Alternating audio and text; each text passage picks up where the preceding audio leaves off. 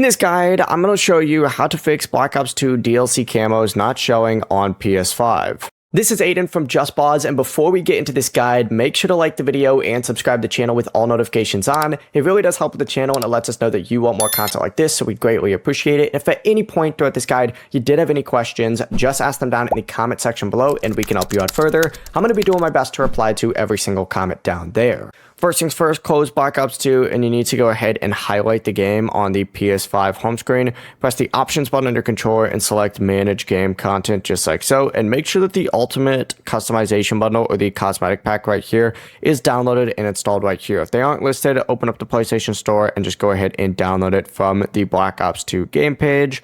And then from here, what you also need to do is go back to the home screen, select the options button again on the Black Ops 2 game, and select restore license, and then go ahead and get loaded back into multiplayer. When you open up a create a class option now, you're going to see all those camos from here. Now, if they're still missing, confirm that the bundle and base game are from the same PlayStation Store region, and then reinstall the customization content, but the process is as simple as that. Before you do leave, make sure to like the video and subscribe to the channel with all notifications on. It really does help with the channel, and it lets us know that you want more content like this. We'd greatly appreciate it. And if at any point throughout this guide you did have any questions, just ask them down in the comment section below, and we can help you out further. I'm going to be doing my best to reply to every single comment down there. Peace.